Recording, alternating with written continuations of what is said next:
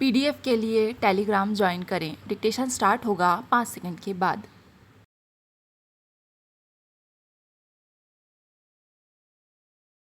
महोदय, ऐसे ही आज के समाज पर अंग्रेजी भाषा का भूत सवार हो रहा है और अंग्रेजी भाषा को कुछ आडंबरी लोग बोलकर अपने आप को बहुत बड़ा विद्वान साबित करना चाहते हैं। स्थिति भी ऐसी ना जाने क्यों बनती जा रही है कि अंग्रेजी के 2 शब्द अगर किसी कार्यालय में बोल दिए गए तो सारे लोग उसके लिए अपनी कुर्सी छोड़ने को तैयार हो जाते हैं। हिंदी में कुछ बोलने से आधुनिक लोगों के अनुसार बची कुची शान चली जाती है। मैं कहता हूँ कि अंग्रेजी के जो गुलाम हैं उन्हें इस देश में रहने का कोई अधिकार नहीं है। देश का 80% जन समुदाय भारतीय संस्कृति से जुड़ा है, जिसकी भाषा हिंदी है। विश्व में भी हिंदी के प्रति आकर्षण बढ़ रहा है। उनके विश्वविद्यालयों में छात्र छात्राएं हिंदी में अपना शोध कर रहे हैं और हमारे देश का हाल कुछ लोगों के कारण भयावह बन गया है कि आने वाली पीढ़ी हिंदी के नाम पर प्रश्न चिन्ह लगाएगी। आज बहुत से लोग अंग्रेजी का बोर्ड लगाकर स्कूल चलाने का आडंबर करते हैं। अंग्रेजी सीखो जैसे नारे लिखकर अपने घरों पर बोर्ड लगाकर लोगों को गुमराह कर रहे हैं। भाषा की एकात्मकता बिना राष्ट्र का विकास संभव नहीं। संविधान में पुनः संशोधन होना चाहिए ताकि राष्ट्रभाषा को संपूर्ण भारत में सम्मान मिल सके। परीक्षाओं में हिंदी को बढ़ावा मिले और जिसको हिंदी में अच्छा ज्ञान हो उसे नौकरी में प्राथमिकता प्राप्त हो। अंग्रेजी का जादू नहीं चलाना चाहिए। पीएमटी, पीईटी जैसी परीक्षाओं में भी हिंदी को प्रथम स्थान प्राप्त होना चाहिए, नए रूप में, जो कि विकास हो उसमें हिंदी माता को ही अधिक स्थान प्राप्त होना चाहिए, क्योंकि यह वैज्ञानिक भाषा है। अंग्रेजी वैज्ञानिक भाषा नहीं है। आज तो बल्कि यह हो रहा है कि दुनिया हिंदी भाषा को अपना रही है।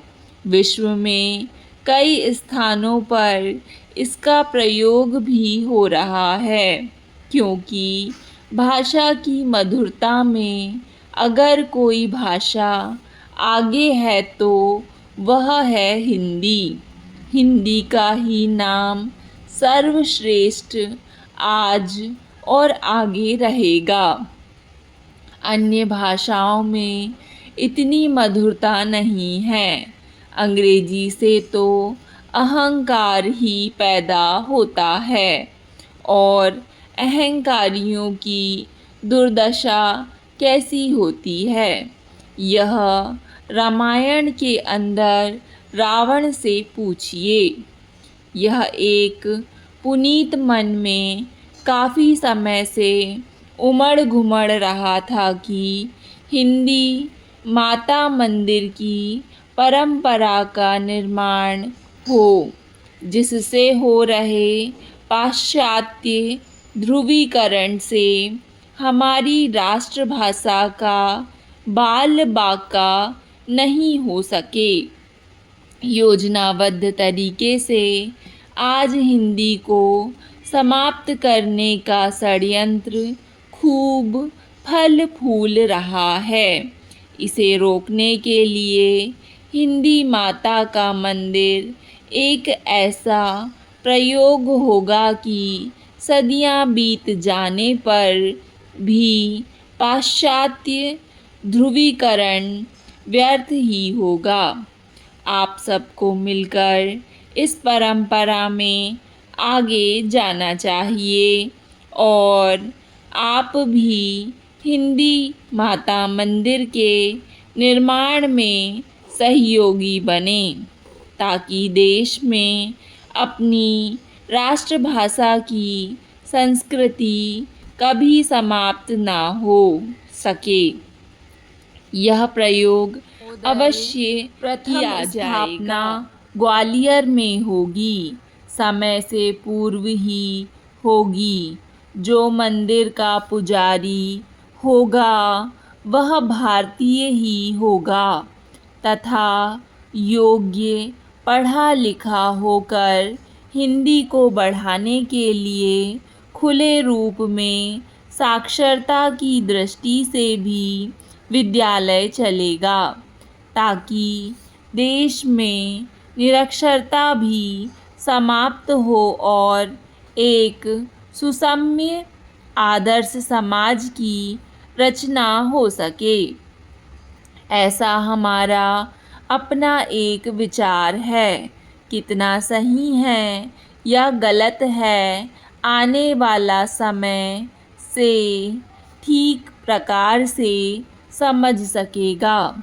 देश के लिए प्रत्येक व्यक्ति को कुछ रचनात्मक काम करना चाहिए, तभी हमारा यह मानव जीवन सार्थक होगा।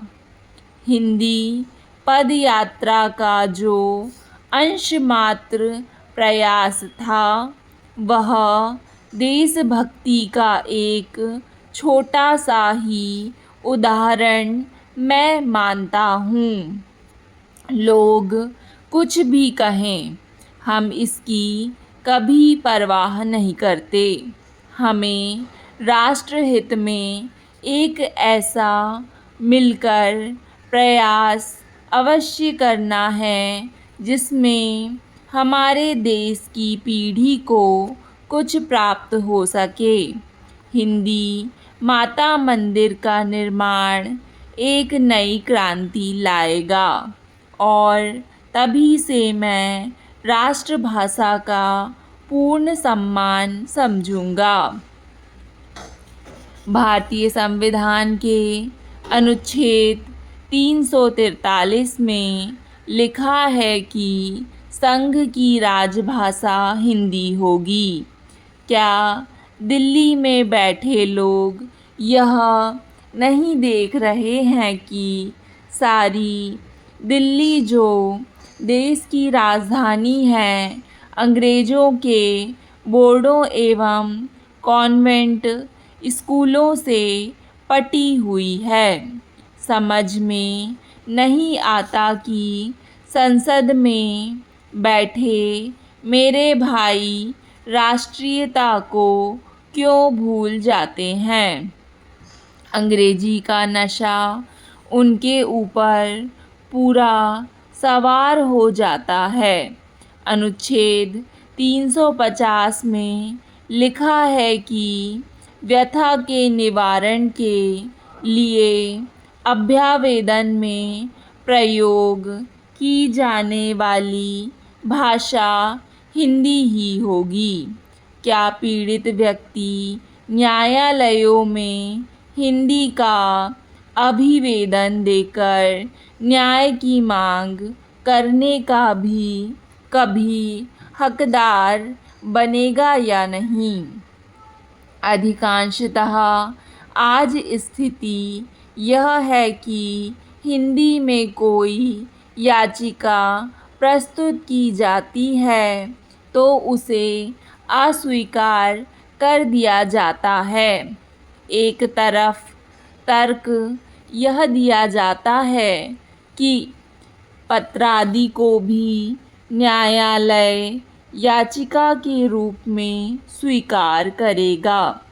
सर्वोच्च न्यायालय के एक न्यायमूर्ति ने इस दिशा में कुछ प्रयास जरूर किए थे, मगर आज कुछ परिस्थितियों से परंपरा में बदलाव आ रहा है। चापलूसी और मुँह देखी परंपरा का निर्माण हो रहा है। ईमानदारी पर आए दिन प्रहार होते हैं। अनुच्छेद 350 का में देखिए, शिक्षा का स्तर अंग्रेजी हो रहा है।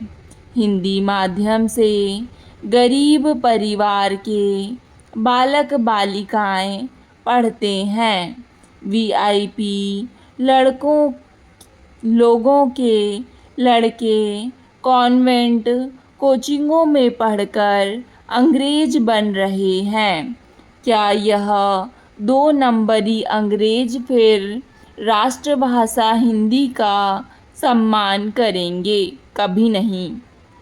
अनुच्छेद 359 में हिंदी भाषा के विकास के लिए कहा गया है कि संघ का यह कर्तव्य होगा कि वह हिंदी भाषा का प्रचार बढ़ाएगा, विकास करेगा, जिससे वह भारत की सामासिक संस्कृति के सभी तत्वों की अभिव्यक्ति का माध्यम बन सके और उसकी समृद्धि अन्य भाषाओं के शब्दों में आत्मसात करते हुए सुनिश्चित करे। क्या हिंदी भाषा की समृद्धि हमें दिखाई दे रही है?